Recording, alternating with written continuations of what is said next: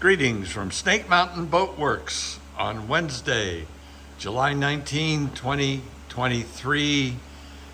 Here's an update on the bottom replacement of our 1937 20-foot Lyman Runabout. If you remember, this boat was put soaking wet into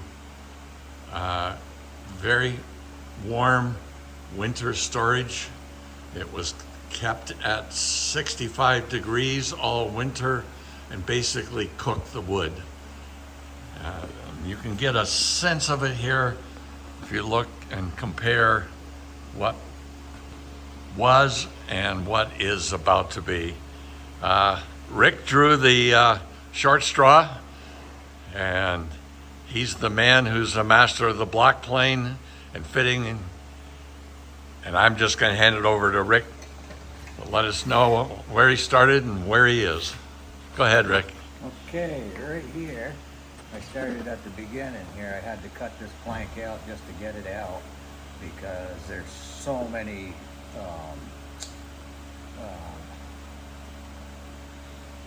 what do you call them there? The rivets? Rivets. There's so many rivets in there along with the nails that you couldn't get it out because it's got a seal from the top and the bottom. So basically, once I cut this board out here, I found some damage on the keel right in this area and over there, and another spot up there which was 3 feet long, which just popped apart. When it dried it out, it completely separated it from the keel, so I had to do some repairs in there. And then when you start putting these planks on right here, you got to have a bevel right here so you can fit it in. And then the tricky part was back here to here, you had to block plane the back side of the piece which would be the inside of the boat, so you could get it down to just about nothing here, and this part would get sanded afterwards. Let's see, it tapers up through and comes back to your regular reveal.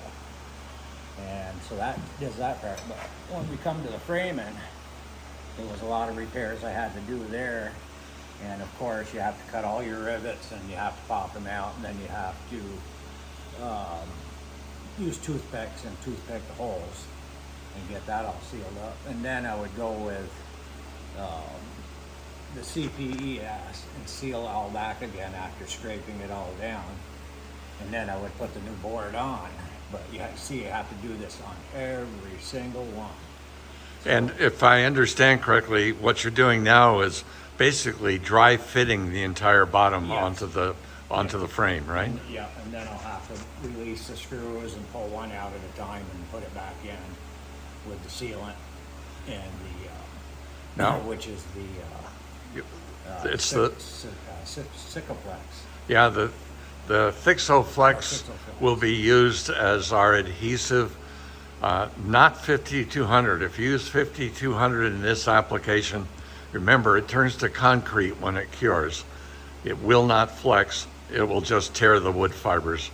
The Fixoflex is a flexible epoxy sealant, and we're going to go through an immense amount of it to put this bottom together.